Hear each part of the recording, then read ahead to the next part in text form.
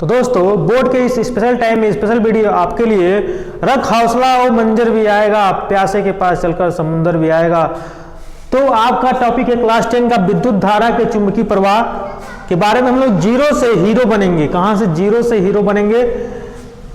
तो मेरा टॉपिक है पहला चुंबकीय क्षेत्र। चुंबकीय क्षेत्र क्या होता है?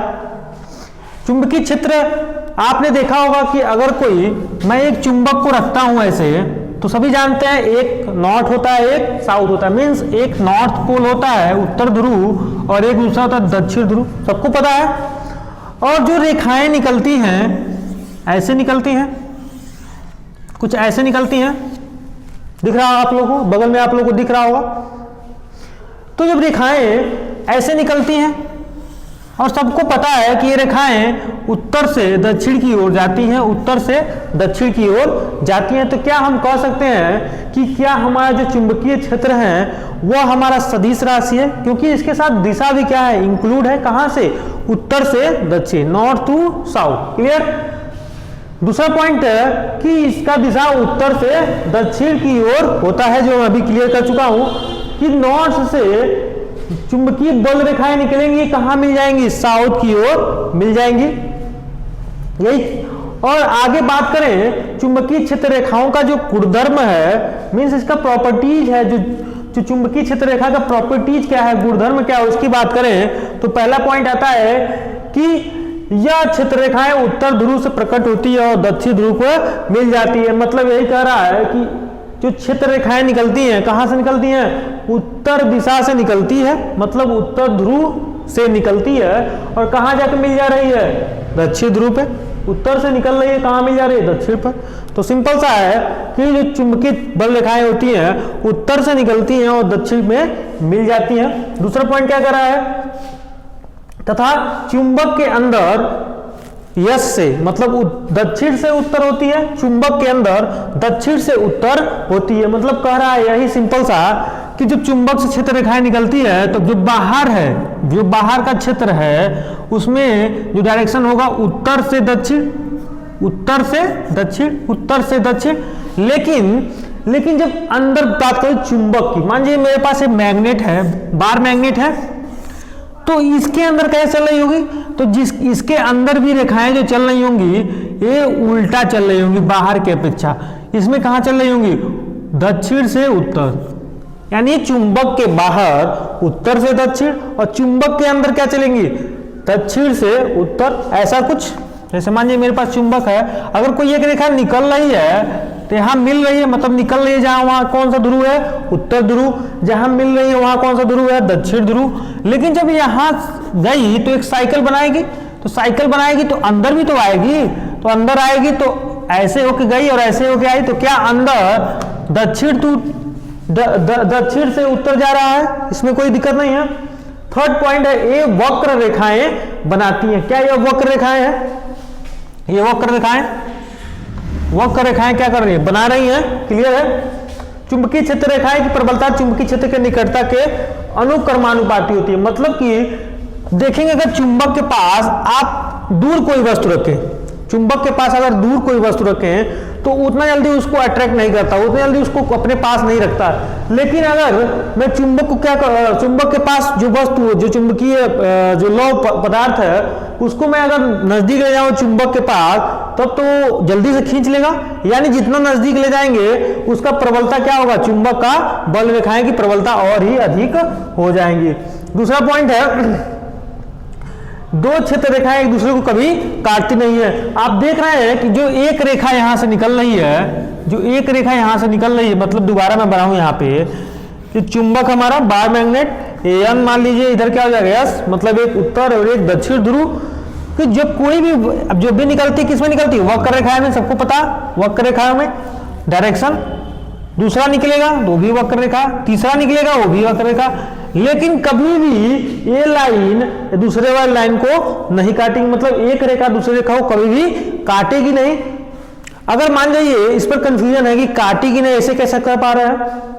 तो दिक् सूचक एकाता यंत्र, जिसे दिशा निर्देशक यंत्र बोला जाता है, अगर मान जाइए ठीक है ना, आप सोच रहे हैं काट रही होगी, मान जाइए यहां काट दी, लेकिन जब दिशा सूचक यंत्र रखेंगे वो तो एक ही डायरेक्शन बताएगी ना, या तो इधर बताएगी, जिधर उत्तर होगा उधर ही जाएगा दिक् सूचक यंत्र जिससे हम दिशा को देखते हैं, वो तो एक ही दिशा और बताएगी। मान लीजिए अगर इधर उत्तर है तो इधर को दिखाएगी, नहीं तो इधर उत्तर है तो इधर को दिखाएगी।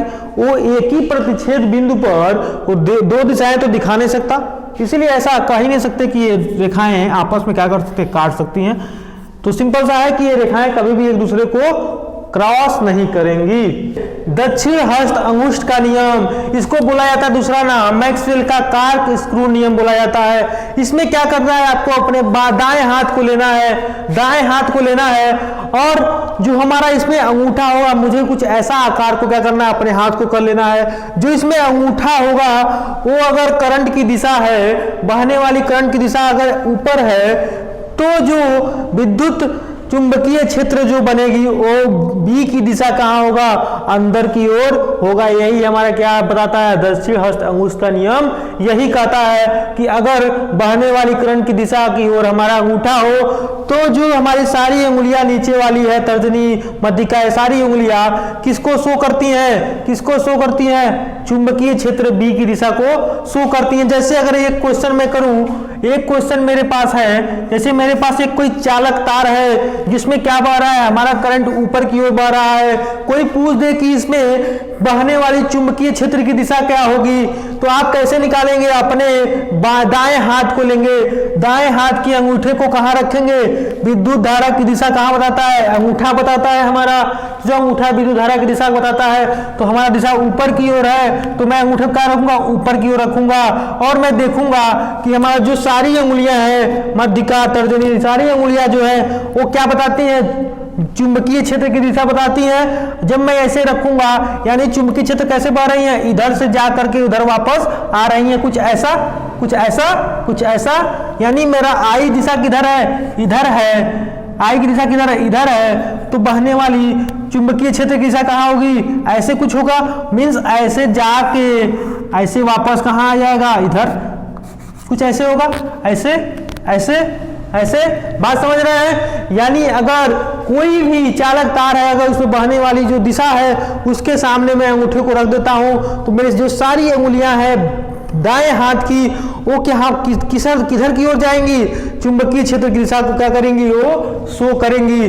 ढेर सारे क्वेश्चन, अगर उस क्वेश्चन ऐसा आ जाता है, एक क्वेश्चन ऐसा आ जाता है कि अगर मान लीजिए मेरे पास कुछ ऐसा वृत्ताकार कोई क्या है, हमारा चालक तार है, वृत्ताकार कर दिया, इसी को मोड़ दिया गया है। अगर मुझे चालक तार में धारा ऐसे बह रही है और कोई कह दे कि इसमें चुंबकीय क्षेत्र की दिशा को बताइए, तो हमें कुछ नहीं करना है। हमें क्या, हम जानते हैं कि अंगूठा क्या बताता है, हमारा अंगूठा क्या होता है, विद्युत धारा की दिशा को बताता है।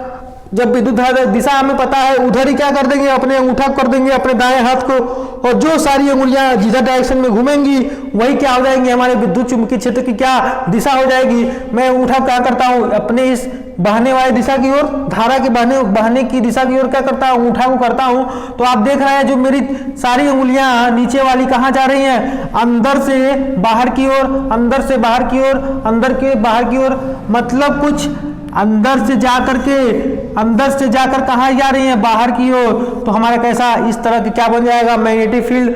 अगर ये नीचे की ओर जा रहा है तो हम उठा कहाँ करेंगे, इधर करेंगे। और हम अगर मैग्नेटिक फील्ड की बात करूँ उसकी दिशा के लिए, तो हमारी सारी उंगलियां जिम्मेदार है किसके लिए, चुंबकीय क्षेत्र की दिशा को बताने के लिए क्या है, जिम्मेदार है। तो मैं क्या करूँगा, अगर उंगली को इधर करता हूँ तो इधर करने के बाद मैं ऐसे कर दिया, अगर मैं ऐसे किया तो आप देख रहे हैं कि कुछ अंदर से बाहर की ओर आ रहा है, अंदर से बाहर की ओर आ रहा है, मतलब कुछ ऐसा अंदर से बाहर की ओर हमारा क्या निकलेगा, विद्युत चुंबकीय क्षेत्र की दिशा कहाँ निकलेगा, अंदर से बाहर की ओर, अंदर से बाहर की ओर, अंदर से बाहर की ओर। इसी तरह कोई भी चीज दिया हो, जैसे कोई एक तार दिया है, अगर नीचे की ओर दिया है तो धारा किधर बढ़ा, नीचे की ओर।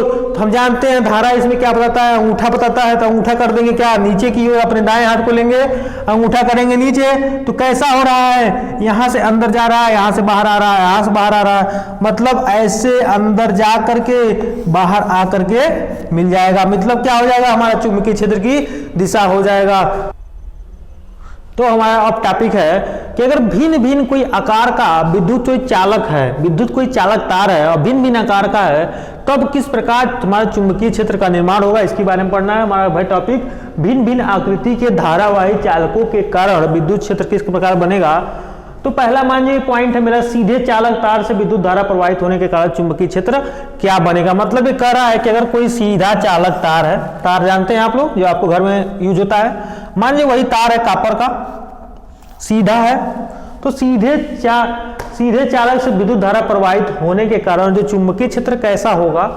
मानिए कोई हमारे पास चालक तार था, उसमें कोई करंट बह रही है ऊपर की ओर, तो अभी आपने पढ़ा दक्षिण हस्त अंगुष्ठ का नियम जिसे मैक्सवेल का कार्क स्क्रू बोला जाता है, उसमें यही बताया गया कि अगर अंगूठे को कहाँ किया जाए, इस विद्युत, ये हमारा जो अंगूठा था क्या कहता था, विद्युत क्षेत्र की दिशा, और जो हमारा ये उंगलियां थी, ये हमारा अंगूठा क्या बताता है, विद्युत क्षेत्र की दिशा, सॉरी हमारा करंट की दिशा, और जो सारी उंगलियां तर्जनी मध्यमा सारी उंगलियां किसको दिखाती हैं, चुंबकीय क्षेत्र की दिशा को बताती हैं। तो सिंपल सा रखेंगे ऐसे हाथ, यानी एक आई दिशा बता रही है, तो जो चुंबकीय क्षेत्र कैसी होंगी, ऐसी, मतलब अंदर जा रही होंगी और बाहर से निकल रही होंगी, अंदर जा रही होंगी और बाहर से निकल रही होंगी, अंदर जा रही। जैसे मेरे पास एग्जांपल से कहूँ, जैसे मान लीजिए मेरा चालक तार सीधा सा, तो अगर मेरा अगर धारा इधर से इधर जा रहा है तो ऐसे अंगूठा रख लिए, अब देख रहे हैं क्या अंदर से बाहर आ रही है, अंदर से बाहर आ रही है,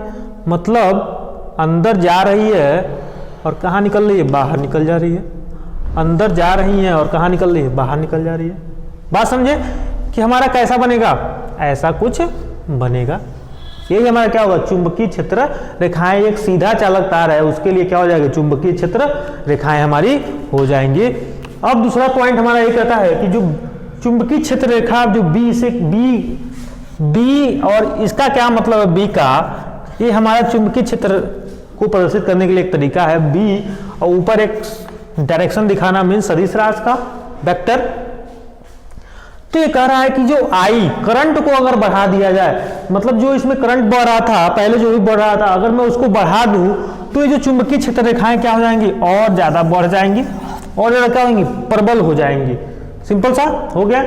यानी कह रहा है कि चुंबकीय क्षेत्र रेखा बनाने पर हमारा आई भी बढ़ जाएगा, या फिर आई बढ़ाने पर चुंबकीय क्षेत्र रेखाएं भी क्या हो जाएंगी, बढ़ जाएंगी। धारा अगर बढ़ा देंगे चालक में तो जो इसके चारों चुंबकीय क्षेत्र बढ़ेंगी वो बढ़ जाएंगी पहले के मुकाबले।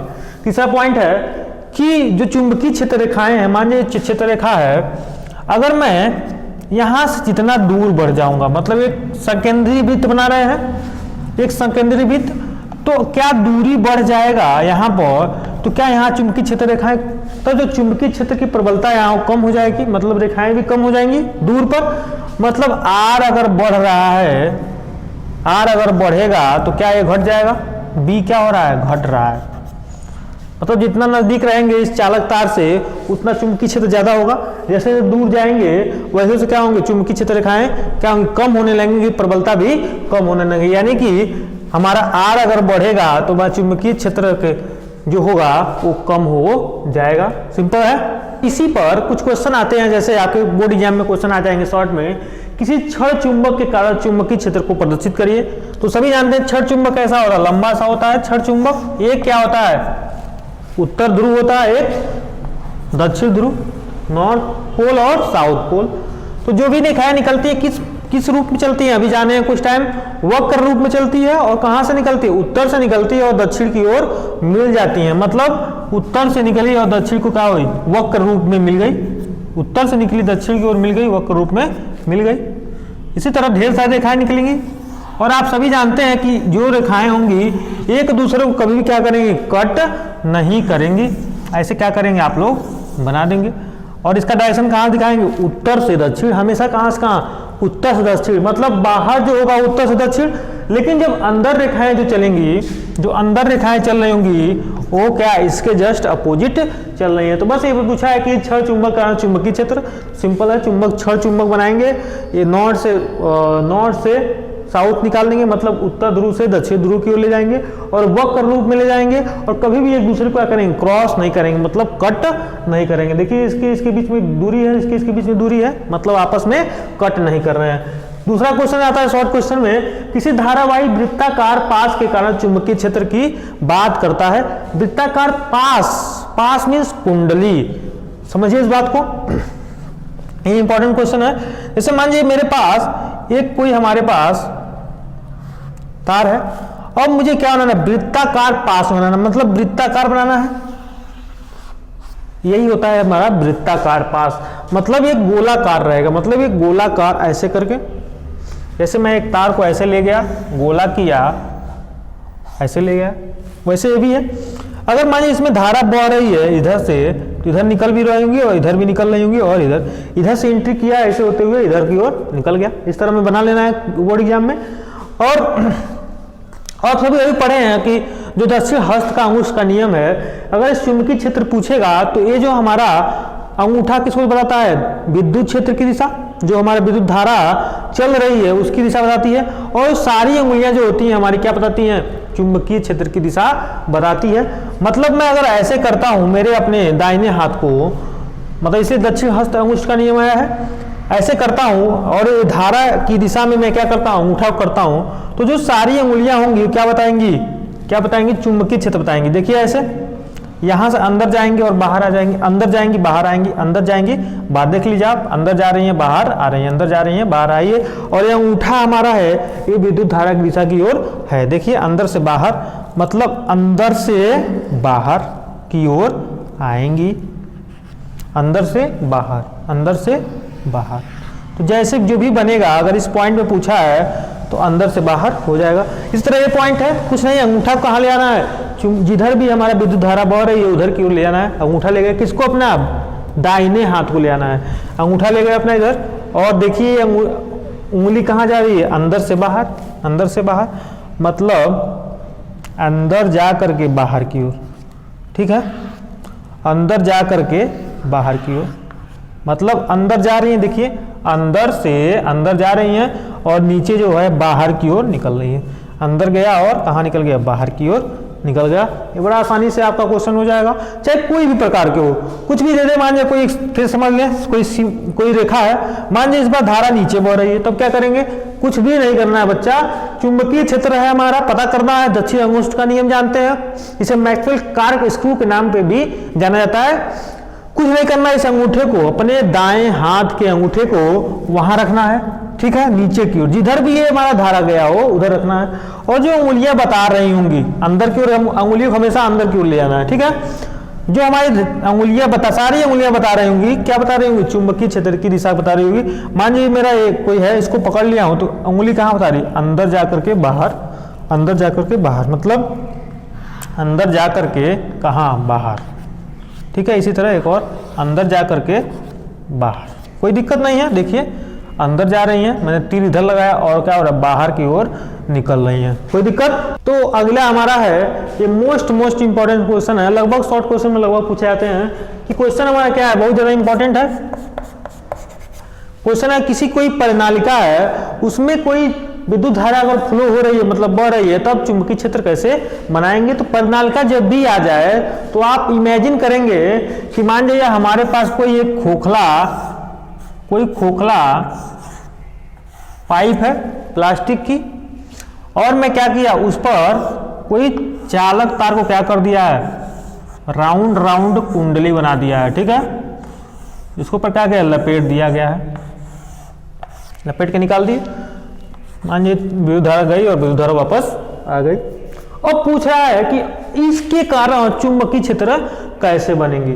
तो जब इसके कारण पूछेगा चुंबकीय क्षेत्र, तो सीधा समझिएगा, जिस प्रकार आप लोग बार मैग्नेट में पढ़े थे कि रेखाएं निकल रही हैं और कहाँ जाकर मिल रही हैं, इधर, ऐसे ही इसमें भी बनेगा, ऐसे ही क्या बनेगा, इसमें भी बनेगा। लेकिन एक चीज ध्यान दीजिएगा कि जो चुंबक बन रहा है, इसके जो अंदर एक समान चुंबकीय क्षेत्र रेखाएं होंगी, इसके समान क्या होगी, एक समान चुंबकीय क्षेत्र रेखाएं इसके अंदर पाई जाएंगी। सिंपल है।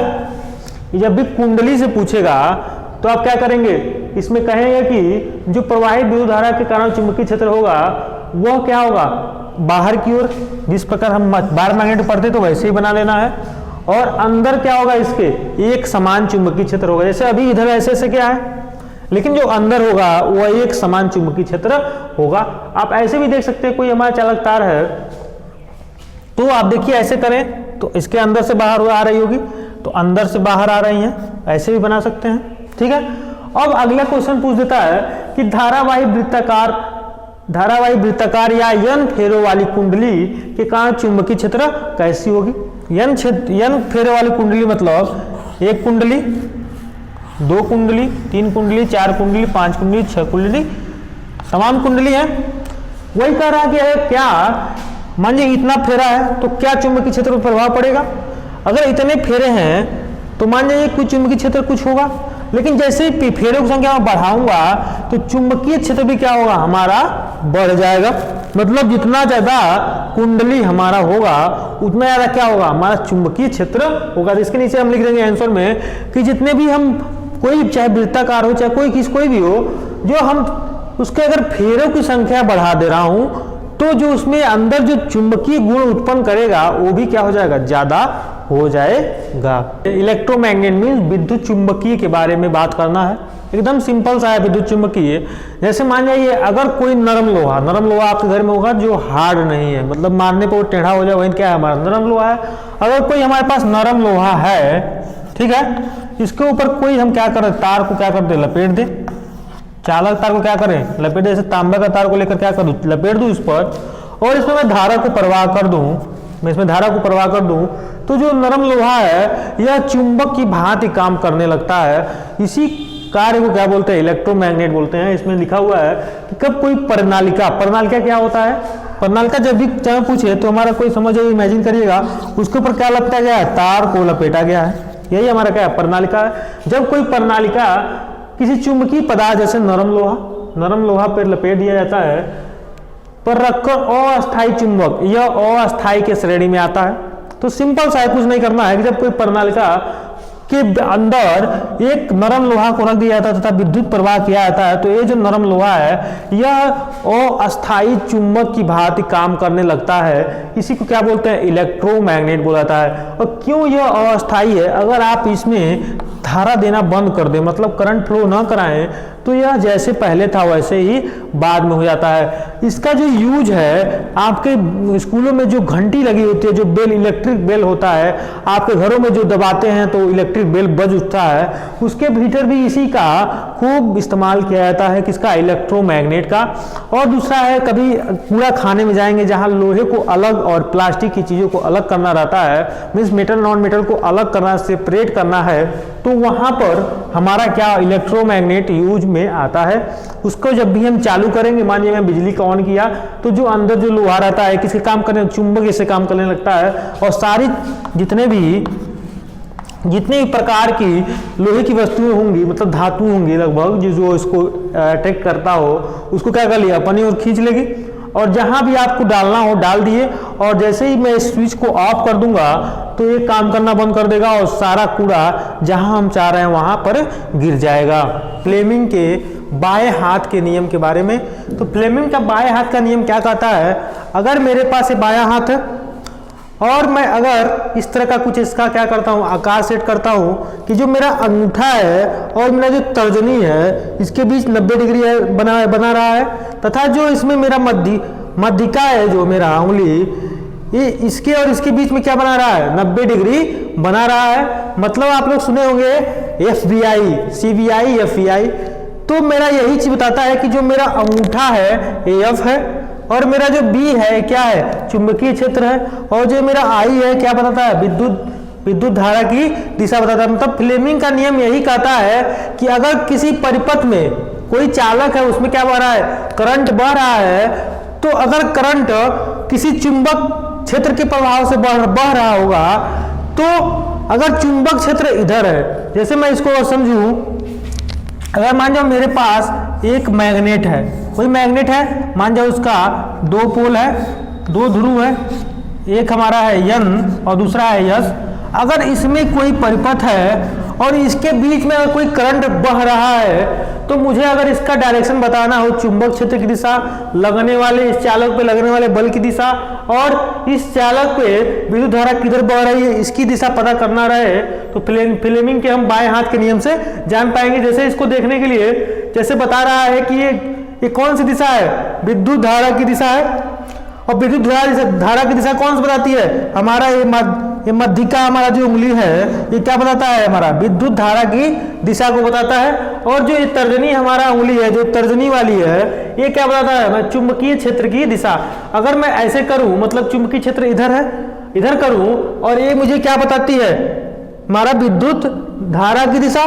तो विद्युत धारा दिशा कहाँ ऊपर है, तो मैं अगर ऐसे कर दूं तो क्या मेरा विद्युत धारा की दिशा ऊपर है। और जो ये अंगूठा क्या बताता था, ये इस चालक तार पे लगने वाले बल की बात कर रहा था। तो यानी बल कहाँ लगेगा, अंदर की ओर। और जो विद्युत धारा किधर बह रहा है, ऊपर की ओर। और जो ये वाला तर्जनी उंगली है वो क्या बताता है, वो बताता है कि हमारा विद्युत जो हमारा चुंबकीय क्षेत्र है उसकी दिशा किधर है, इधर है। तो सिंपल समझिए कि जो मेरा ए वाला बताता है F B I, F means force की बात करता है, बी मीन्स चुंबकीय क्षेत्र की बात करता है, आई मीन्स करंट की धारा की जो दिशा है उसकी बात करता है। अगर कोई भी फ्लो हो रहा है, अगर करंट का फ्लो ऐसे हो रहा है तो उसके जो लगने वाला बल होगा अंदर की ओर और जो चुंबकीय क्षेत्र होगा कहाँ होगा, इधर की ओर। जैसे मैं यहाँ किया हूँ।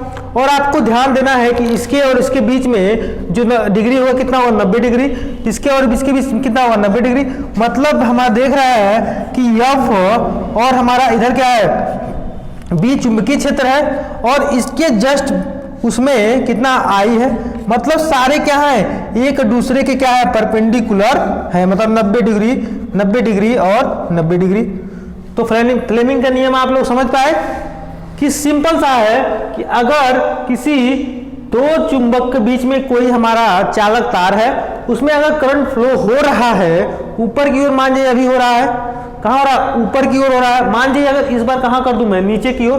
पिछला ऊपर की ओर था, अब कहाँ कर दे, नीचे की ओर।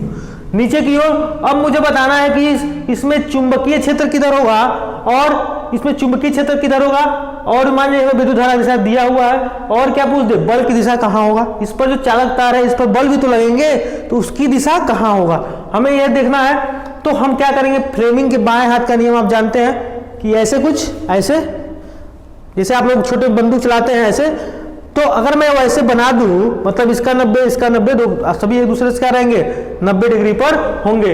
यानी अब देखेंगे ये हमारा बताता था, जो मध्यिका उंगली है ये हमारा बताता है कि विद्युत धारा की दिशा, ये बताता है चुंबकीय क्षेत्र की दिशा, ये बताता है क्या, बल लगने वाले बल की दिशा। हमारा धारा कहाँ हमारा, नीचे की ओर। तो धारा यही बताता है, तो नीचे की ओर करते हैं। तो धारा जब नीचे की ओर करते रहे तो आप देख रहे हैं कि जो चुंबकीय क्षेत्र किधर लग रहा है, इधर की ओर। और जो हमारा बल लग रहा है कहाँ लग रहा है, बाहर की ओर। मतलब जो चालक तार कहाँ आएगा, बाहर की ओर आएगा। अगर यही करंट ऊपर बहता, मतलब ऐसे बहता, तो ऐसे था, तो हम हमें पता है क्या है, ये जो हमारा मध्यिका उंगली है क्या कहता है, ये विद्युत धारा बताता है। तो विद्युत धारा ऊपर बह रहा है तो मैं क्या कर दूंगा, ऊपर कर दूंगा। जब ऊपर कर दूंगा तो हम देखेंगे चुंबक क्षेत्र तो इधर है, लेकिन जो हमारा बल वाला जो अंगूठा है वो बल को बताता है। तो बल कहाँ है, अंदर की ओर है। मतलब इस चालक तार पे जो बल लगेगा वो कहाँ लगेगा, अंदर की ओर लगेगा। यही क्या हमारा फ्लेमिंग के बाएं हाथ का नियम है। मोटर के बारे में टॉपिक हमारा है। तो इसमें क्या बड़ा सिद्धांत क्या है कि अगर एक धारावाही चालक को अगर किसी दो चुंबकीय क्षेत्र के बीच में रख दिया जाए तो इस धारावाही चालक के ऊपर कुछ ना कुछ बल लगेगा।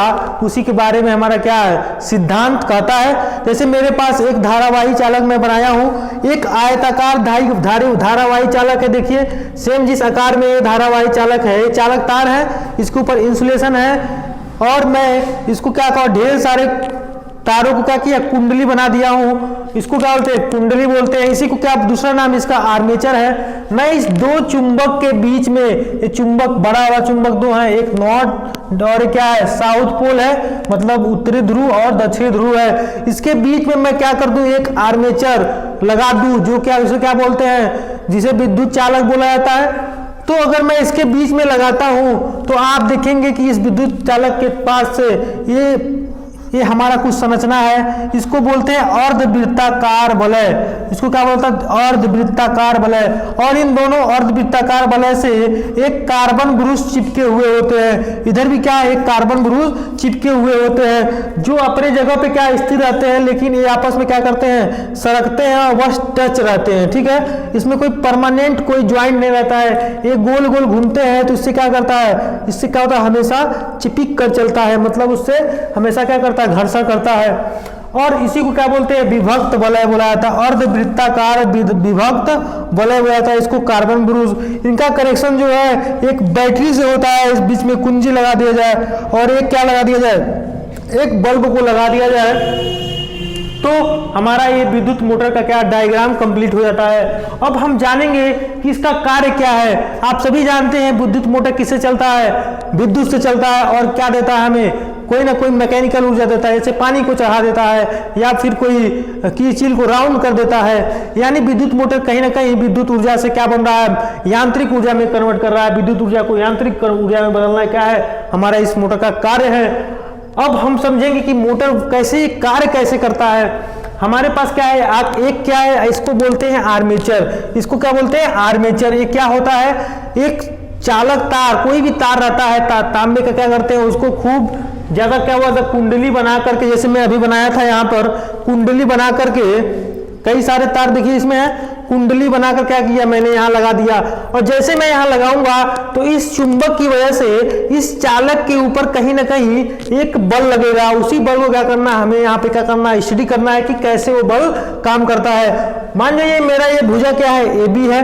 और आपने फ्लेमिंग का बाएं हस्त का नियम पढ़े होंगे कि अगर ये हमारा जो अंगूठा होता है क्या बताता था? बल की दिशा थी। और ए वाला जो हमारा जो तर्जनी है ये बताता था क्या चीज? चुंबक क्षेत्र की दिशा। और ये वाला हमारा जो मध्यमा जो उंगली थी ये बताती थी, क्या बताती थी?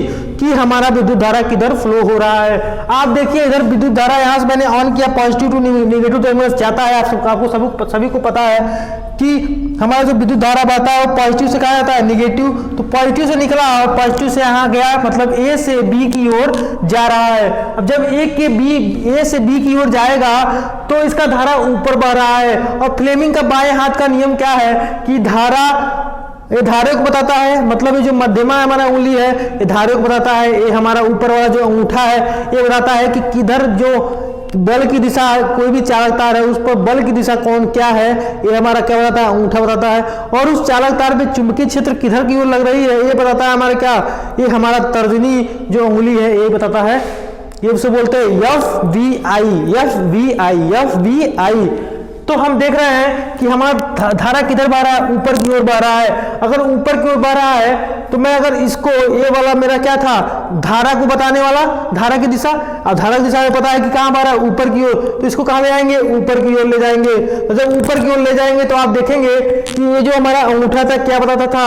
अंगूठा क्या बताता था? अंगूठा यही बताता था कि हमें इस चालक तार पे बल की दिशा किधर लगेगी। हमारा ऐसे हो गया तो बल की दिशा किधर है? अंदर की ओर। मतलब ए बी पॉइंट कहाँ जाएगा? अंदर की ओर। और चुंबकीय क्षेत्र किधर लग रहा है? चुंबकीय क्षेत्र की दिशा इधर है, इधर से इधर है। और जो हमारा जो करंट की जो हमारा धारा है वो कहाँ है? ए से बी की ओर है। ये तो हम देख पा रहे हैं। यानी कि हमारा जो कुंडली है, ये हमारा जो आर्मेचर है जिसका जो AB भुजा है इस पर कहाँ बल लगेगी? अंदर की ओर बल लगेगी। जब अंदर की ओर बल लगेगी तो क्या ये बाहर की ओर आएगी? अगर ये अंदर की ओर बल लगेगी तो क्या होगा? ये अपने स्थान पे क्या रोटेट हो सकते हैं। तो जब ये अंदर की ओर जाएगी तो ये वाला CD भुजा कहाँ आएगा? बाहर की ओर आएगा। जैसे ऐसे था, जब अंदर की ओर जाएगी ये वाली अंदर की ओर तो क्या होगा? ये CD वाली भुजा क्या होगी? बाहर की ओर आने लगेगी। यानी हम लिख सकते हैं भुजा AB पर लगने वाला बल की दिशा कहाँ होगी? ऊपर, मतलब अंदर की ओर। अंदर की ओर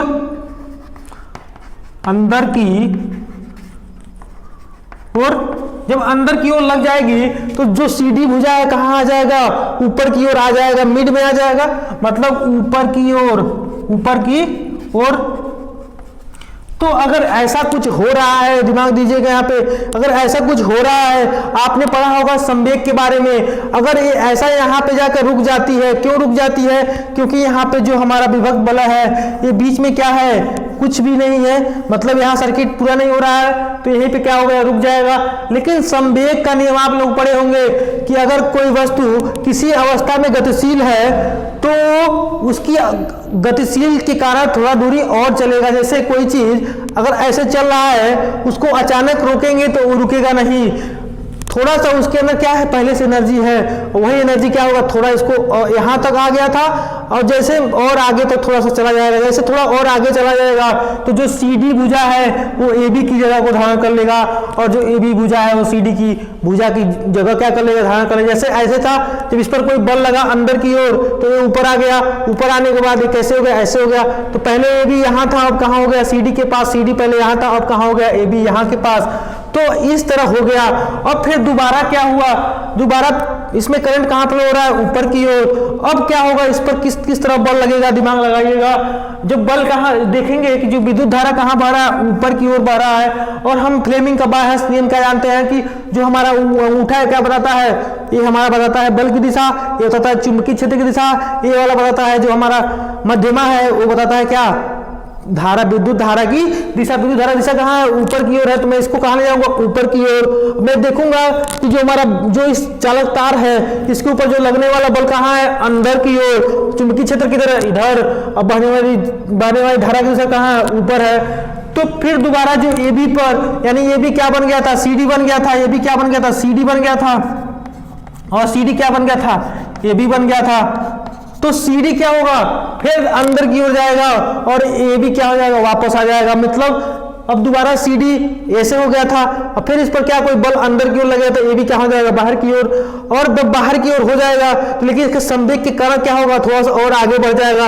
आगे बढ़ने की वजह से क्या होगा, दोबारा CD कहाँ अपनी जगह पर आ जाएगा और AB क्या हो जाएगा, अपनी जगह पर आएगा।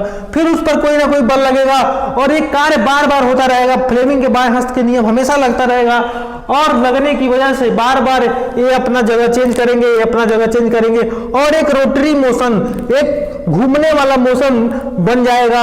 और जब ये घूमने लगेगा तो घूमने की वजह से इसमें आप लोग देखिए, इसमें एक शाफ्ट लगा हुआ है, ये हमारा क्या है, सॉफ्ट है। अगर ये घूमेगा तो सॉफ्ट भी क्या घूमेगा, सॉफ्ट भी क्या करेगा, घूमने लगेगा, और हमें क्या मिलने लगेगा, यांत्रिक ऊर्जा मिलने लगेगा। अब इस शाफ्ट से आप आटा पीस लीजिए, इस शाफ्ट से आप पानी को चढ़ा लीजिए, वो आपके ऊपर क्या कन्वर्जन करना चाहते हैं, चाहे इस शाफ्ट से आप पानी को चला लीजिए, इस शाफ्ट से तेल को पेर लीजिए, जैसा आपको लगे इस शाफ्ट से क्या कर सकते हैं, आप यूज कर सकते हैं। अब हम आर्मेचर के बारे में पढ़ेंगे। आर्मेचर क्या है, आर्मेचर हमारा क्या, आयताकार कुंडली इसमें है, इसमें ढेर सारे तारों को क्या किया जाता है, एक दूसरे में क्या कर दिया था, लपेट दिया जाता है, और हमारा एक कुंडली टाइप बन जाता है जो आयताकार है। तो इसमें मैं आर्मेचर में लिख सकता हूं कि इसमें एक आयताकार कुंडली तार होती है जो दो चुंबक के बीच में क्या होता है, टिका रहता है। इस तांबे का बना होता है तथा ढेर सारी क्या होती है, तारों को जोड़ करके मतलब लेयर बनाकर कुंडली बना दिया जाता है, आयताकार कुंडली हमारा बना दिया जाता है। हमारा आर्मेचर खत्म हो गया। अब आता है क्षेत्र चुंबक। क्षेत्र चुंबक में दो स्ट्रॉन्ग अस्थाई मैग्नेट का यूज किया जाता है, जैसे नॉर्थ है और साउथ पोल, इसको क्या किया जाता है, रखा जाता है। और सभी जानते हैं कि जो डायरेक्शन नॉर्थ टू साउथ होता है, जो भी मैग्नेटिक फील्ड बनता है। अब आता है विभक्त वलय दिशा परिवर्तन। विभक्त वलय कौन सा है, हमारा यही है, क्या है, विभक्त वलय है। अब विभक्त वलय का काम क्या है, दिशा को परिवर्तित करना। जैसे हमारा कुंडली ऐसे चल रहा था, फिर ऐसे हो गया, फिर ऐसे चल रहा था, फिर ऐसे हो गया, कहीं ना कहीं इसकी क्या हुआ, दिशा को बार बार क्या कर रहा है, बदल रहा है। इसका काम ही क्या है, विभक्त वलय, जिसे बोलते हैं अर्धवृत्ताकार वलय। क्या यह अर्धवृत्त के रूप में है, मतलब एक वृत्त पूरा पूरा होता है, लेकिन ये अर्धवृत्त के रूप में क्या है, दो वृत्ताकार वलय हमारे क्या हुए हैं, इसके बीच लगे हुए हैं। ये भी क्लियर हो गया।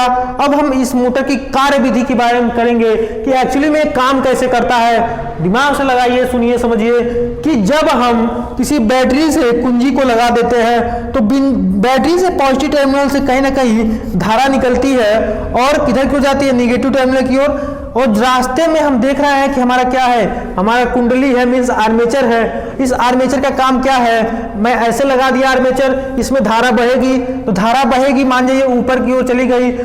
फ्लेमिंग के बाएं हस्त का क्या नियम है कि अगर कोई हमारा ये वाला क्या बताता है, ये वाला अंगूठा बताता है बल की दिशा, ये वाला बताता है, तर्जनी बताती है किसकी, चुंबकीय क्षेत्र की दिशा, और ये वाला जो हमारा है मध्यमा उंगली क्या बताता है कि हमारा विद्युत क्षेत्र की दिशा किधर की ओर है। अगर विद्युत क्षेत्र की दिशा ऊपर की ओर है यानी हमारा क्षेत्र यही है विद्युत क्षेत्र की दिशा, यानी विद्युत धारा की दिशा कौन सी है, यही वाली है। तो विद्युत धारा दिशा ऊपर जा रही है तो मैं इसको क्या करूंगा, ऊपर कर दूंगा, यानी ऊपर हो जाएगा। तो जो अंगूठा है मेरा कहाँ चला गया, अंदर की ओर चला गया, मीन्स ए वाला CD पॉइंट कहाँ चला जाए, अंदर की ओर। और जब ये अंदर की ओर चला जाएगा तो ये क्या हो जाएगा, बाहर की ओर आ जाएगा। जब ये अंदर की ओर चला जाएगा तो ये कहाँ जाएगा, बाहर की ओर आ जाएगा। सेम इसी प्रकार जैसे ऐसे था, मैं अगर इसको अंदर की ओर डालूं तो क्या ये बाहर की ओर जा रहा है, अगर मैं इसको अंदर की ओर दबाऊं तो क्या है ऊपर की ओर आ जा रहा है। और जब ये ऊपर की ओर आएगा तो चूंकि ये तेज आएगा तो तेज आने की वजह से इसको यहाँ रुकना था। क्यों रुकना था, क्योंकि यहाँ पे क्या है, हमारा गैप है, हमारा यहाँ करंट फ्लो नहीं होगा, क्योंकि जब रोटेट होगा तो जब ये रोटेट होगा यहाँ पे आ जाएगा तो हमारा करंट नहीं फ्लो होगा। लेकिन इतना तेज आता है कि इसको थोड़ा आगे बढ़ जाता है, आगे बढ़ने की वजह से ये फिर दोबारा अपने पुराने पोजीशन में आ जाता है। मींस AB साइड इधर चला जाता है और DC साइड इधर चला जाता है। इस ऐसा होने पर फिर वही काम होता है, इसका करंट ऊपर है, मैं करंट को ऐसे किया फ्लेमिंग का बाएं हाथ के नियम के अनुसार, जब इसको करंट को इधर से किया तो अंगूठा बताता है बल की दिशा, फिर अंदर की ओर क्या करेगा, इस चालक ताप को दबाएगा, इस पर बल लगेगा अंदर की ओर, फिर दोबारा ये बाहर की ओर होगा और ये क्रिया बार बार होती रहेगी और ये हमेशा हमारा कुंडली क्या होगा, चल पड़ेगा। जब कुंडली चल पड़ेगा तो इसमें आर्मेचर हमारे क्या होते हैं, स्पर्श करते हुए चलते हैं। जो आर्मेचर लगेगा, कार्बन के ब्रश दो हमारे क्या है, कार्बन के ब्रश है इसमें, और ये कार्बन के ब्रश क्या करते हैं, इस अर्धवृत्ताकार जो विभक्त वाला है इसे क्या कहते हैं, चिपक कर रगड़ के चलते हैं। इसमें परमानेंट कोई ज्वाइंट नहीं होता है, ये नाचता है। जब यहाँ से यहाँ नाच के आएगा तो इसका क्या होगा, यहाँ सर्किट कम हो जाएगा। मान लीजिए नाच करके कहाँ चला गया, ऊपर चला गया तो क्या सर्किट टूट गया।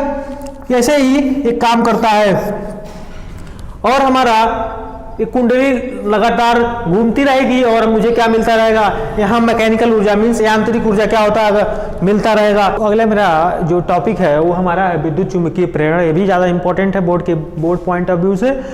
तो इसमें हमारे एक साइंटिस्ट थे माइकल फैराडे, उन्होंने एक क्या किया, एक कुंडली बनाया, तारों का कुंडली बनाया। इसके बीच से एक चुंबक को एक यन और साउथ पोल ले गया और इसको क्या कर दिया, बंद परिपथ का क्या मतलब है, इसमें क्या जोड़ दिया, एक बल्ब को जोड़ दिया, बल्ब क्या कर दिया, जोड़ दिया। और एक गैल्वेनोमीटर आता है जो विक्षेप को बताता है, उसको भी क्या कर दिया, जोड़ दिया।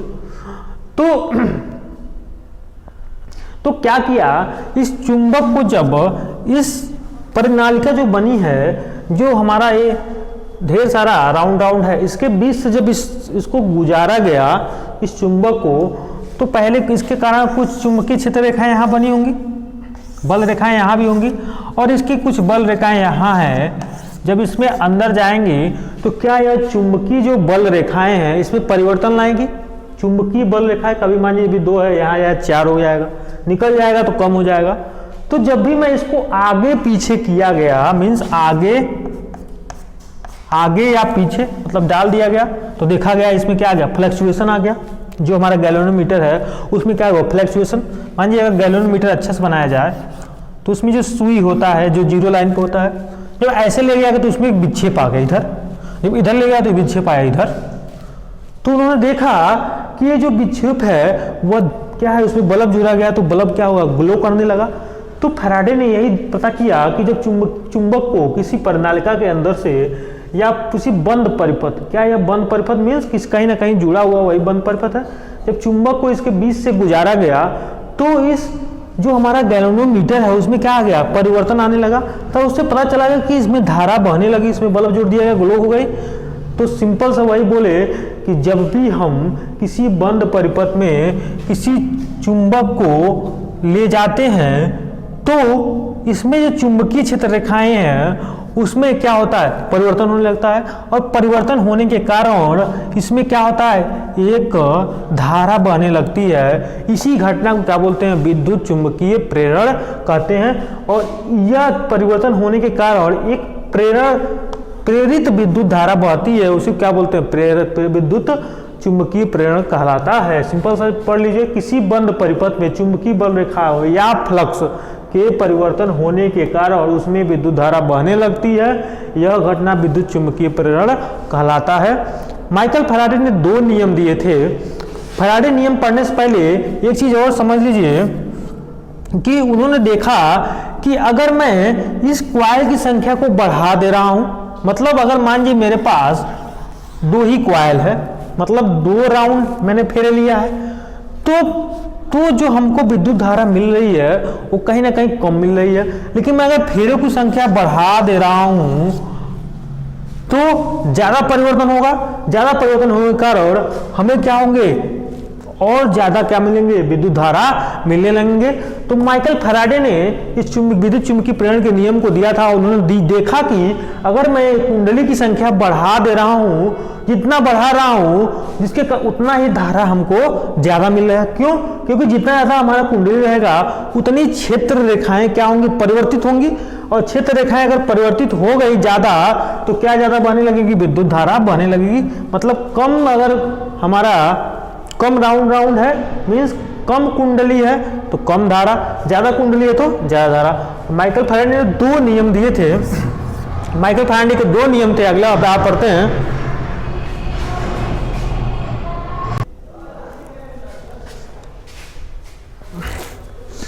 तो माइकल फैराडे का पहला नियम यही कहता है कि अगर कोई कुंडली क्षेत्र के चुंबकीय क्षेत्र में परिवर्तन होता है, सबको पता है कि अगर कोई कुंडली है उसके चुंबकीय क्षेत्र में अगर परिवर्तन होगा तो उसमें क्या बने लगेगी, एक धारा बने लगेगी।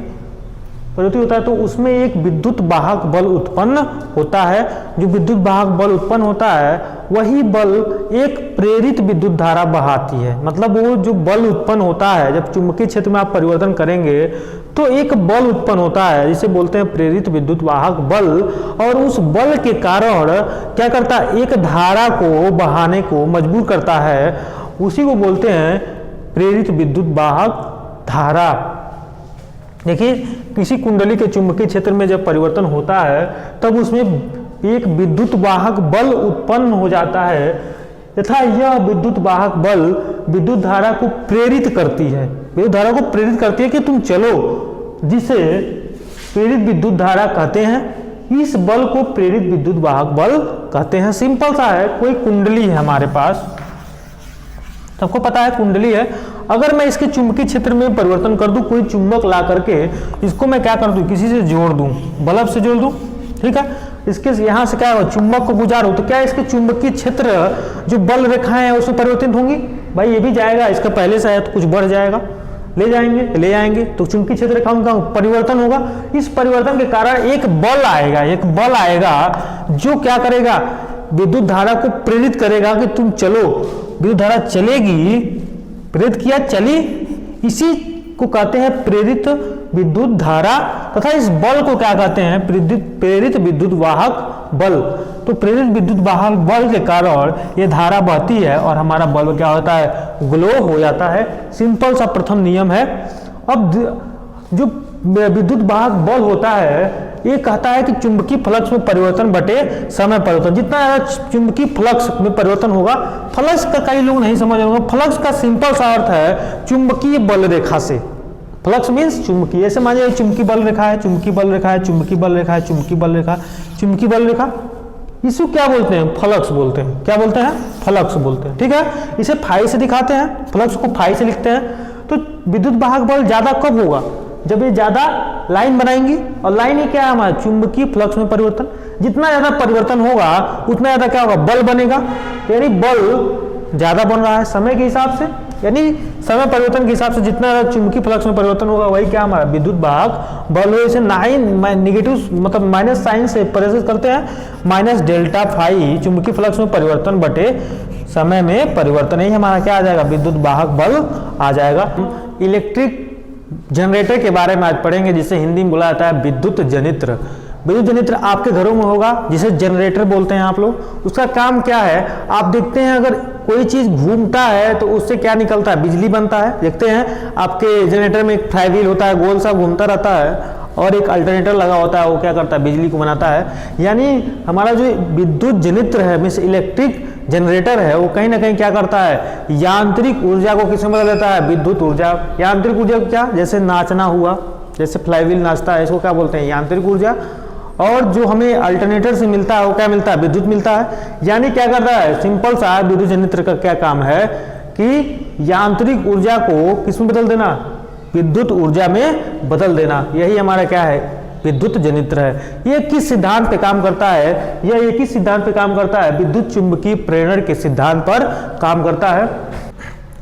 तो विद्युत चुंबकीय प्रेरण क्या होता है, जैसे कि आपने देखा था कि हमारे पास एक परिनालिका हो कोई और ये बंद परिपथ हो।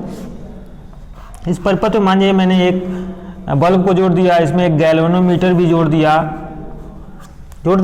बंद परिपथ, एक कोई हमारा चालक तार है। अगर मैं इसके बीच से कोई भी चुंबक को ले जाऊंगा इसके अंदर से इधर या फिर उधर, तो जो इसके अंदर चुंबकीय बल रेखाएं हैं, जिसमें भी कुछ चुंबकीय बल रेखाएं होंगी और इस चुंबक के पास भी क्या होंगी, चुंबकीय बल रेखाएं होंगी। तो कहीं ना कहीं चुंबकीय बल रेखाओं में परिवर्तन होगा। इस यहाँ पे आएगी, मान लीजिए यहाँ 3 है, ये 2, 5 हो गया, निकल जाएगी तो फिर 3 हो जाएगा। मतलब कहीं ना कहीं क्या है, चुंबकीय जो बल रेखाएं हैं उसमें क्या परिवर्तन होगी। इस परिवर्तन होने के कारण एक विद्युत वाहक बल का निर्माण हो जाएगा। विद्युत वाहक बल जब बन जाएगा तो बल का यही काम है कि वह एक धारा को प्रेरित करता है कि चलो तुम, बल का क्या काम है कि धारा को प्रेरित करता है कि चलो तुम। तो जैसे सिंपल सा है कि जब बंद परिपथ में जब किसी चुंबकीय क्षेत्र को इस परिपथ के पास से ले जाया गया या इसके अंदर से ले जाया गया, तो हमने देखा कि जो हमारा गैल्वेनोमीटर था इसमें क्या आ गया, विक्षेप आ गया। तो विक्षेप मीन्स फ्लैक्चुएशन आ गया, या तो सुई या नीडल इस साइड जा रहा हो या फिर इस साइड जा रहा हो। तो सिंपल सा है कि जब कोई चालक तार में जो चुंबकीय बल रेखाओं में परिवर्तन हो तो एक बल उत्पन्न हो जाता है और उस बल के कारण एक विद्युत धारा को प्रेरित करता है। वही हमारा क्या है, विद्युत चुंबकीय प्रेरण है। अब हम समझेंगे जो हमारा विद्युत जनित्र है इसी सिद्धांत पर काम करता है। और उसका संरचना की बात करें तो विद्युत जनरेटर में हमारा जो भी हमारा इलेक्ट्रिक जनरेटर है उसमें दो स्ट्रॉन्ग क्या होते हैं, हमारे चुंबक होते हैं, एक नॉर्थ और एक साउथ। इसके बीच में एक हमारा आयताकार कुंडली रखा जाता है। आयताकार कुंडली हमारे पास एक बनाया है, देखिए आयताकार कुंडली। इसको क्या किया है, इस दोनों चुंबक के बीच में क्या कर दिया गया, रख दिया गया है। अब आगे समझते हैं। जो इसका आगे वाला जो सिरा है, ये आगे वाला सिरा है, ये सर्पी वलय से जुड़ा हुआ है। सर्पी वलय मतलब कोई गोल सा सर्पी वलय, और इस सर्पी वलय से एक कार्बन ब्रूस लगा है।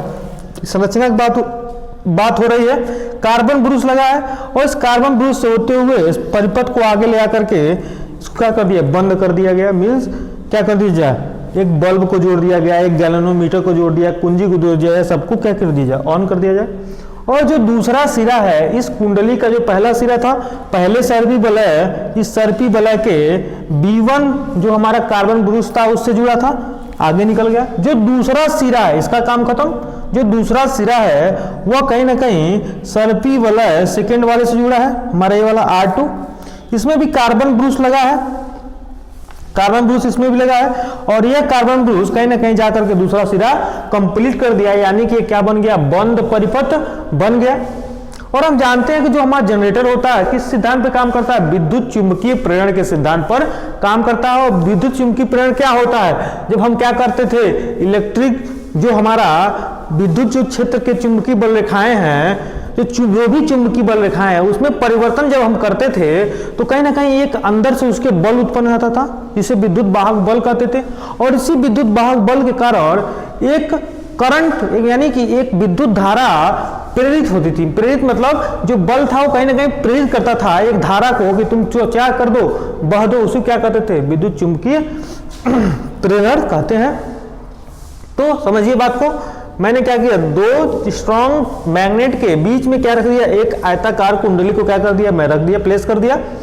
और देखना है कि एक सर्पी वलय है, दूसरा सर्पी वलय यह है, और इसके बीच में क्या है, इसके बीच में हमारा क्या है, एक हमारा सॉफ्ट है, सॉफ्ट, जैसे देखते हैं कि जनरेटर के पीछे जिसमें हैंडल लगाया जाता है वही सॉफ्ट है, देखा जाए तो ऐसे इसको नचाया जाए, जैसे हैंडल होता है ऐसे कुछ करके ऐसे कर देते हैं और नचाते हैं तो ये भी घूमता है।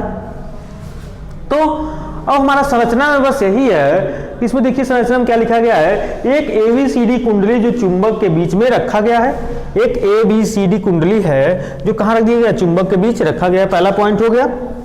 दूसरा पॉइंट है कुंडली के दोनों सिरा R1 और R2 सर्पी वलय से जुड़ा है। क्या आप देख रहे हैं, कुंडली का जो पहला सिरा है R1 सर्पी वलय, कुंडली का जो दूसरा सिरा है R2 सर्पी वलय से जुड़ा हुआ है।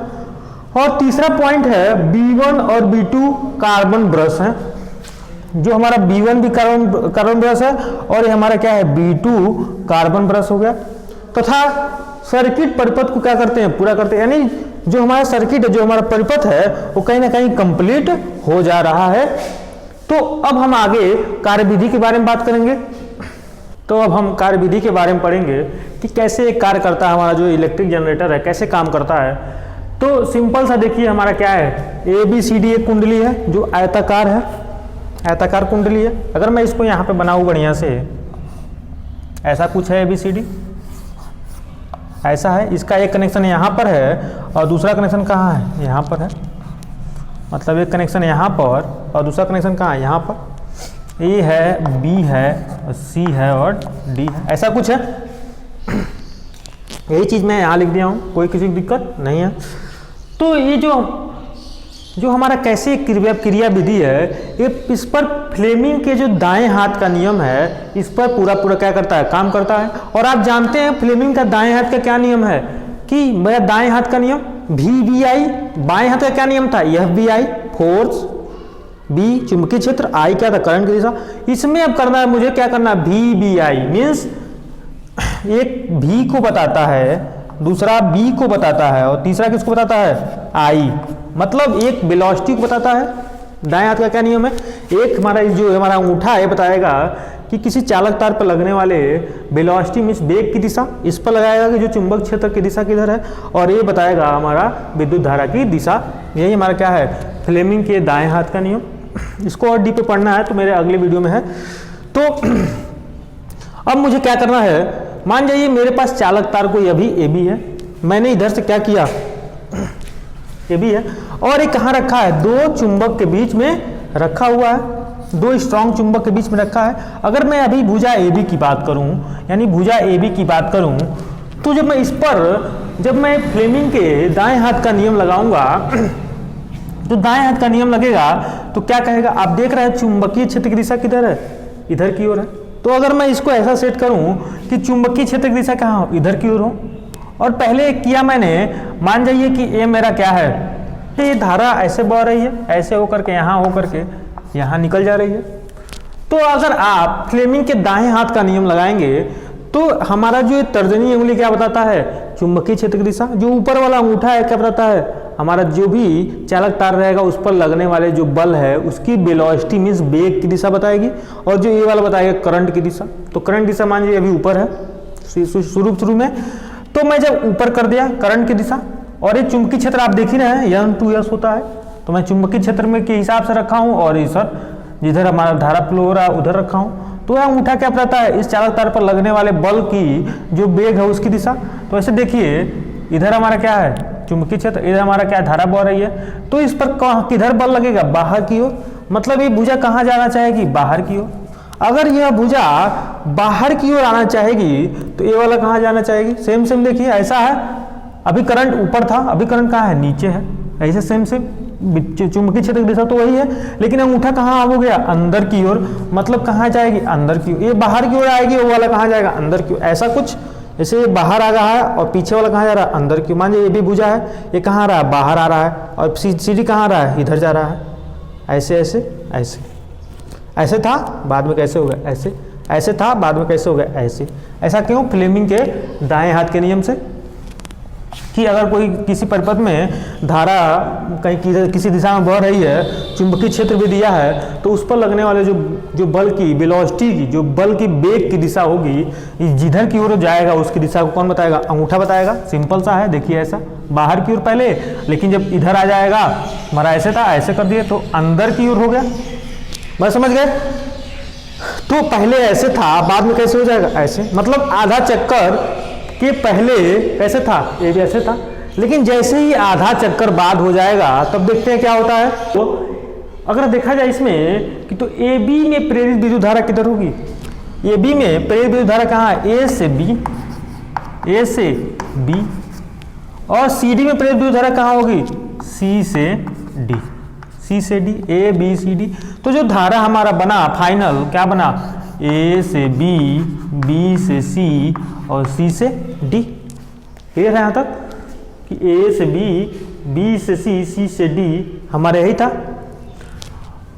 तो हमारा फाइनल धारा कैसे मिल गया, ए बी सी डी की ओर हमारा विद्युत धारा मिल गया। अब हम आगे बात करेंगे कि जब पहले ऐसे था, बाद में अब कैसा हो गया, ऐसे आधा चक्कर बाद, मान लीजिए ऐसे था, जब आधा चक्कर लगाया, ये बाहर की ओर आने लगाया अंदर की ओर, तो आधा चक्कर लगाएगा तो कहाँ आ जाएगा, ऐसा कुछ हो जाएगा, यानी अपना जगह क्या कर लेगा, बदल लेगा। तो देखते हैं। तो अब हमारा आधा चक्कर पूरा हो गया, अपना जगह बदल लिया, तो ए बी की जगह क्या आ जाएगा, डी सी आ जाएगा, और सी डी की जगह क्या आ जाएगा, ए बी आ जाएगा। तो विद्युत धारा तो ऐसे ही कुछ फ्लो हो रहा होगा, निकल रहा होगा भाई, प्रत्यावर्ती धारा है क्योंकि दो चुंबक के बीच में रखा हुआ है, और चुंबकीय फ्लक्स जब रेखाएं बढ़ेंगी या घटेंगी तो हमारा क्या होगा, एक विद्युत वाहक बल निकलेगा, वो वाहक बल क्या करेगा, एक धारा को प्रेरित करेगी, हमारा धारा मान लीजिए बह गया। तो अब मैं भुजा डीसी की बात करूं तो प्रेरित विद्युत धारा की दिशा किधर से किधर होगी, डी से सी। लेकिन फिर देख लिया जाए कि इस पर बल कहाँ लग रहा है, हमारा फ्लेमिंग के दाएं हाथ का नियम था, उस पर बल चेक करना हो तो हमारा ये दिशा करंट की, हमारा विद्युत चुंबकीय क्षेत्र की दिशा, ये क्या बताएगा, बाहर की ओर, कहाँ जा रहा है, बाहर की ओर, तभी कहाँ जाएगा, अंदर की ओर। इसे ही काम बार बार होता रहेगा और हमारा क्या होगा, कुंडली क्या होगा, नाचता रहेगा अपनी जगह पे। तो डीसी में प्रेरित विद्युत धारा कहाँ से कहाँ होगी, डी से सी, और ए बी वाला भुजा में बी से ए आ रहा है तो बी से ए। तो फाइनल जो हमारा धारा मिला क्या दिशा क्या होगा, डी से सी, सी से बी और बी से ए, हमारा फाइनल आ गया। अभी आपने देखा था कुछ टाइम पहले आई में क्या था, ए से बी, बी से सी, सी से डी, लेकिन अब देख रहे हैं आधे चक्कर बाद क्या हो जा रहा है, कहीं ना कहीं क्या हो जा रहा है, हमारा ये हमारा बदल जा रहा है, यानी डी से सी, सी से बी, बी से, यानी आधा चक्कर पहले करंट सीधा, लेकिन आधा चक्कर बाद क्या हो रहा है, करंट उल्टा, यानी इसका ग्राफ बनाया जाएगा और तो कहीं ना कहीं इसका ग्राफ कुछ ऐसा बनेगा। और यही क्या हमारा अल्टरनेट करंट, ठीक है, यही क्या हमारा अल्टरनेट करंट, इसी को बोलते हैं एसी। मतलब क्या होता है, आधे चक्कर में ऊपर रहेगा, फिर आधे चक्कर में कहाँ चला जाएगा, नीचे चला जाएगा।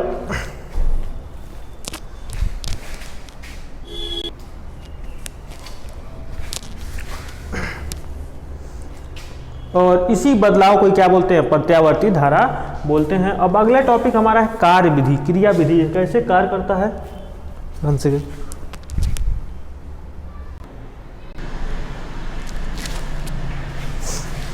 तो अब हम क्रिया विधि के बारे में बात करेंगे कि कैसे काम करता है। तो क्या होता है, जैसे मान लीजिए मेरे पास कुंडली भी मैं बनाया था, कुंडली ऐसे होता है, ठीक है। तो अभी आप प्रत्यावर्ती जब पढ़े थे आप कि क्या कैसे प्रेरित धारा बहती है, तो आप देखे थे कि कोई अगर चुंबकीय क्षेत्र के बीच में कोई भी चालक तार को ले जाएंगे या कुंडली को ले जाएंगे, तो जो हम इसके पास जो चुंबकीय बल रेखाएं हैं और इसके पास जो चुंबकीय बल रेखाएं हैं, कहीं ना कहीं उसके क्षेत्र में क्या होगा, परिवर्तन होगा। उस परिवर्तन होने के कारण क्या होगा, हमारा एक बल बनेगा और वही बल क्या करेगा, एक प्रेरित विद्युत धारा को प्रेरणा देगी और वो क्या करेगी, धारा बहेगी। जैसे ऐसे है तो धारा मान लीजिए ऐसे बहा, ए से बी, ए से बी, तो ए से जब बी बहेगा तो आप फ्लेमिंग के दाएं हाथ के नियम लगा सकते हैं ऐसे करके। तो कहीं ना कहीं देख रहे हैं चुंबकीय क्षेत्र की दिशा हमारा इधर है, ऊपर है, और ये कहाँ जा रहा है, बाहर की ओर, ये बाहर जाएगा और ये कहाँ जाएगा, अंदर की ओर जाएगा, बाहर से अंदर। आधा चक्कर लगाएगा ये उल्टा हो जाएगा, मतलब ए बी की जगह बी सी हो जाएगा और बी सी सी डी की जगह क्या हो जाएगा, ए बी हो जाएगा, ऐसा हो जाएगा। फिर दोबारा वही काम होगा, फिर बाहर जाएगा, फिर अंदर, और लगातार एक अगर तो घूमता रहेगा।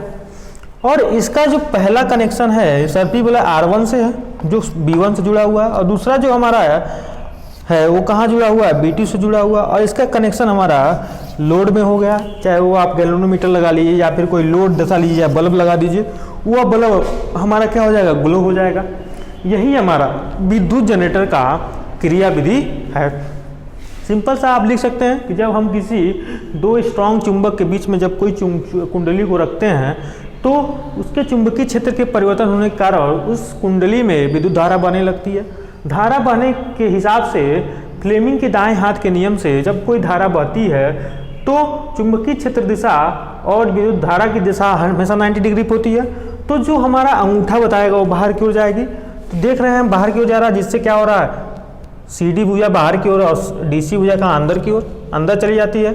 और आधा चक्कर पहले ABCD था, लेकिन आधा चक्कर बाद क्या हो गया, DCBA हो गया। और देख रहे हैं हम कि पहले वाले चक्कर में जो करंट की दिशा था B से B से C से D था, लेकिन बाद में जब आधा चक्कर पूरा कर लिया, आधा चक्कर बाद इसका करंट की दिशा क्या हुआ, D से C से B से A, यानी प्रत्यावर्ती धारा हमारा क्या बना रहा है, यह हमारा जनरेटर बनाता है। आप जानते हैं जो हमारा जनरेटर होता है वो कौन सा करंट बनाता है, AC करंट, अल्टरनेट करंट, यानी हिंदी में प्रत्यावर्ती धारा बनाता है। एक समान चुंबकीय क्षेत्र पर अगर कोई चालक तार है तो उस पर कैसे हमारा बल लगेगा। जैसे एक समान चुंबकीय क्षेत्र की बात करें, मान लीजिए मेरा चुंबकीय क्षेत्र है, एक समान हमारा क्या है, चुंबकीय क्षेत्र है। इसमें मान लीजिए कोई एक चालक तार है, ठीक है, चालक तार मीन्स कोई सा भी था जो चालक हो, तार है, तो कहीं ना कहीं चुंबकीय क्षेत्र के बीच में है, तो कहीं ना कहीं क्या कर रहा होगा, चुंबकीय क्षेत्र में परिवर्तन कर रहा होगा, और क्षेत्र में परिवर्तन होगा तो कहीं ना कहीं इसके बीच में क्या बहेगी, धारा बहेगी। तो अब वो कह रहा है कि इस चालक तार पर जो लगने वाला बल है, अगर एक समान चुंबकीय क्षेत्र में धारावाही चालक पर लगने वाले बल की बात कर रही है, यानी F की बात हो रही है कि इसका F कितना होगा। तो हम देखें अगर जितना ज़्यादा हम इसमें करंट को अगर फ्लो कर दिया जाए, जितना ज़्यादा करंट को फ्लो कर दिया जाए, I की वैल्यू जितना ज़्यादा रहेगा तो क्या इस पर बल भी उतना ज़्यादा लगेगा, यानी बल जो होगा चालक तार में बहने वाली जो धारा के अनुक्रमानुपाती होगा, डायरेक्टली प्रोपोर्शनल I के, यानी क्वेश्चन नंबर फर्स्ट अगर ले दिया जाए। उसी तरह क्या चुंबकीय क्षेत्र को अगर खूब हैवी कर दिया जाए, खूब ज़्यादा कर दिया जाए, तो क्या होगा, इसमें भी क्या होगा, बल ज़्यादा लगने लगेगा। यानी जो बल है ज़्यादा कर दे चुंबकीय क्षेत्र को तो तभी हमारा वही होगा, यानी डायरेक्टली प्रोपोर्शनल किसके, चुंबकीय क्षेत्र है। सेकेंड इक्वेशन, अगर मैं इस चालक तार का लंबाई बढ़ा दूं तब भी इस पर लगने वाला बल ज़्यादा हो जाएगा। F डायरेक्टली प्रोपोर्शनल किसका होगा, L, चालक तार की लंबाई है कितना, मान लीजिए L मेरा चालक तार की लंबाई है। ये हमारा क्वेश्चन नंबर थर्ड हो गया। और अगर मैं मान लीजिए इस चुंबकीय क्षेत्र में रखा हुआ चालक तार तो कहीं ना कहीं किसी डिग्री पे बना रहा होगा, थीटा एंगल।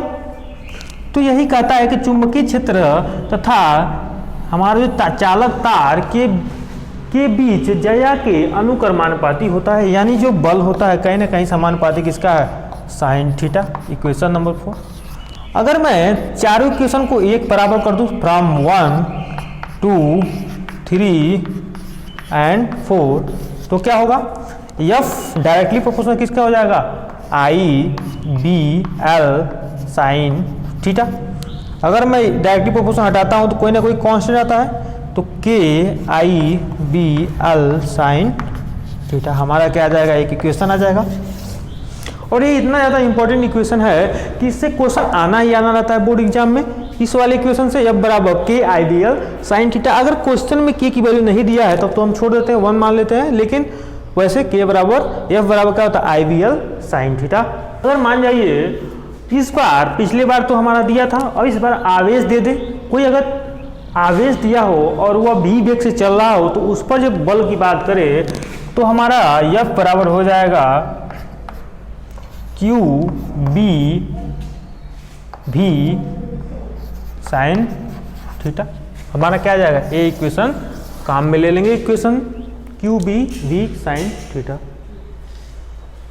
कुछ इंपॉर्टेंट क्वेश्चन कर लिया जाए बोर्ड आप पॉइंट ऑफ व्यू से, बहुत ज़्यादा इंपॉर्टेंट क्वेश्चन है, कई बार आया हुआ है हमारा बोर्ड एग्जाम में, कई बार लगभग 17 18 19 20 ऐसे करके काफ़ी टाइम आया है, तो बहुत ज़्यादा इंपॉर्टेंट है। क्वेश्चन क्या कर रहा है, 1 मीटर लंबा विद्युत चालक, 1 मीटर लंबा विद्युत चालक है, तो विद्युत चालक कितना मीटर लंबा है, 1 मीटर, यानी L बराबर कितना हो जाएगा, 1 मीटर, यानी दिया क्या है L बराबर 1 मीटर। दूसरा क्या है, चालक तार में 2 एम्पियर की धारा बह रही है। जो धारा बह रही है कितने एम्पियर की, 2 एम्पियर की धारा बह रही है, यानी एल की वैल्यू पता चल गया। आई की वैल्यू कितनी है, हमारा 2 एम्पियर है, एम्पियर। अब आगे बढ़ जाए, चालक तार को इतना न्यूटन पर एम्पियर मीटर की तीव्रता को चुंबकीय क्षेत्र में 30 डिग्री के कोण पर रखा गया है। मतलब चुंबकीय क्षेत्र कितना दिया है, 2.5। चुंबकीय क्षेत्र किसे दिखाते हैं, 20 से 2.5 न्यूटन पर एम्पियर मीटर इतना दिया है। और कितने थीटा डिग्री पर, मतलब कोई चुंबकीय क्षेत्र है उस पर कितना डिग्री दिया है, 30 डिग्री के थीटा बना रही है, यानी थीटा पर क्या दिया है, 30 डिग्री। तो बल की गणना लगाया गया है, चुंबकीय बल की कितना इस पर बल लग रहा है, चुंबकीय बल, उसी को ज्ञात करना है। और आप समझते हैं F बराबर क्या होता है, I/B/L साइन थीटा, इतना होता है। I की वैल्यू कितनी है, 2 एम्पियर। B की वैल्यू कितनी है, 2.5। साइन थीटा की वैल्यू कितनी है, L की वैल्यू कितनी है, 1। L की वैल्यू 1। साइन थीटा की वैल्यू कितना है, 30 डिग्री। सब जानते हैं, सॉल्व करेंगे और आ जाएगा लगभग 5.5 गुणे 1.2, 2 दूनी 4, 1 5 आएगा, 5 गुणे 1.2। इसको सॉल्व करें आएंगे तो कितना आएगा, 2.5। चूँकि फोर्स है, फोर्स को मात्रा क्या होता है, न्यूटन, यानी हमारा जो चुंबकीय बल कितना आ जाएगा, 2.5 न्यूटन आ जाएगा। इजी है एकदम।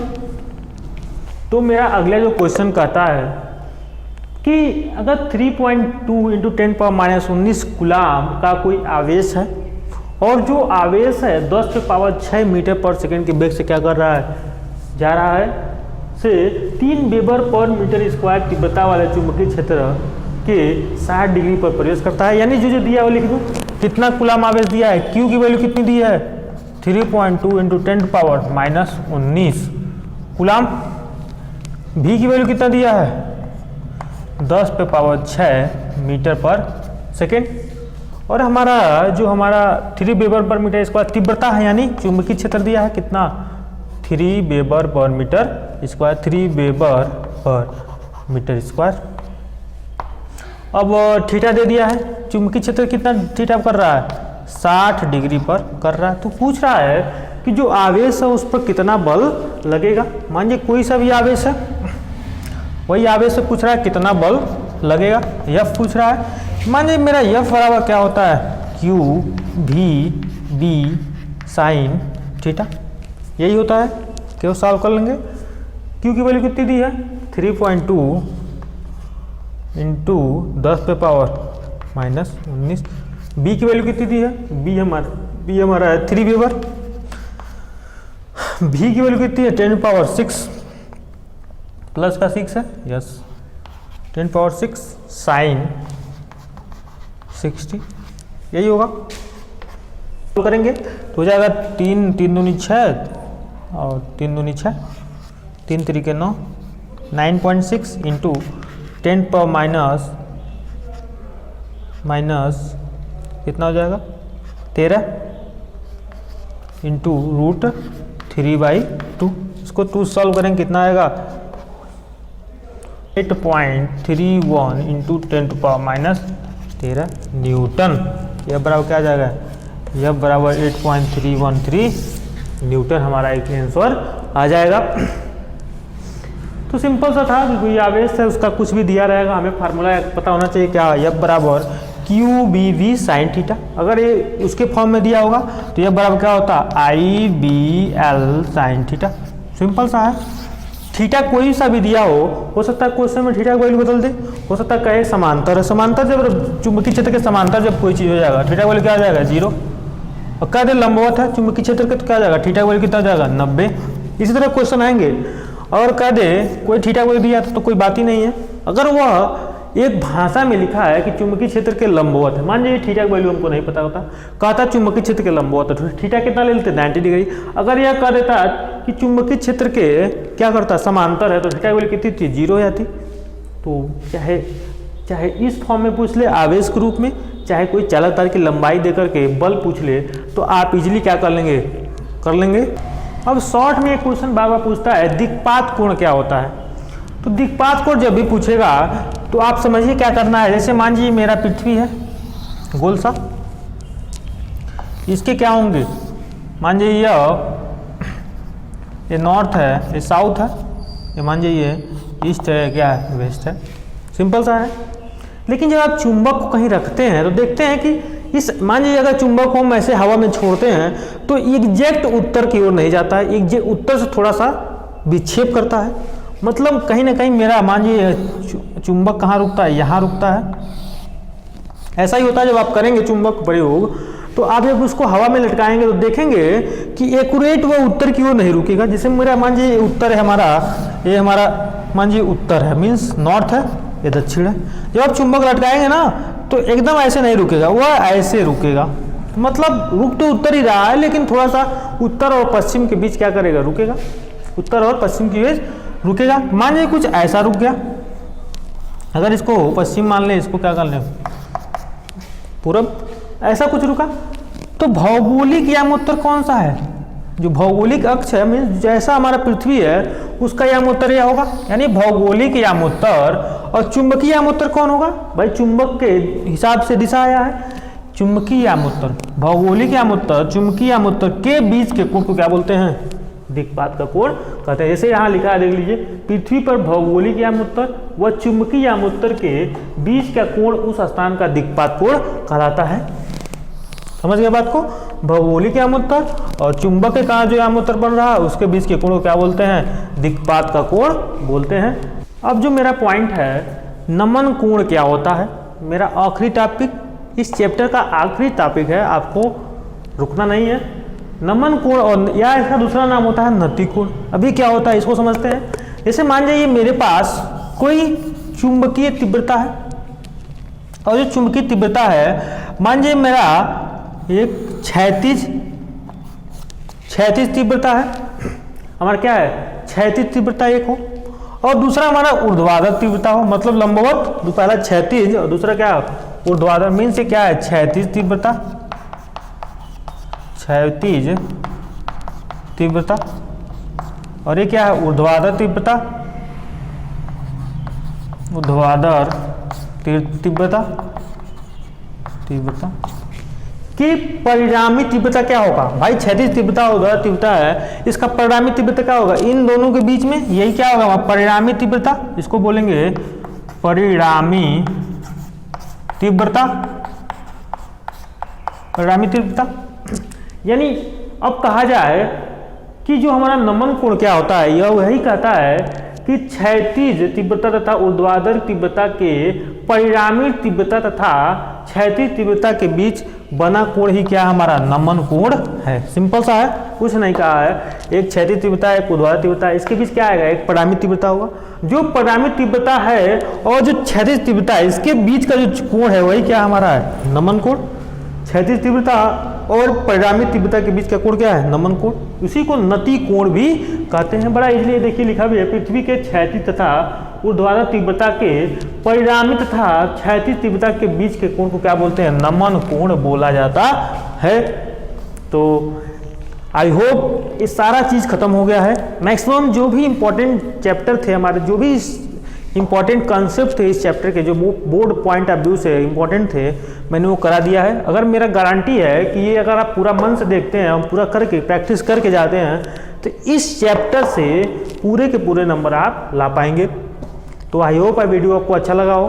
प्लीज़ कमेंट बॉक्स में बताइएगा जैसा भी लगा हो। मिलते हैं अगले वीडियो में, तब तक के लिए धन्यवाद।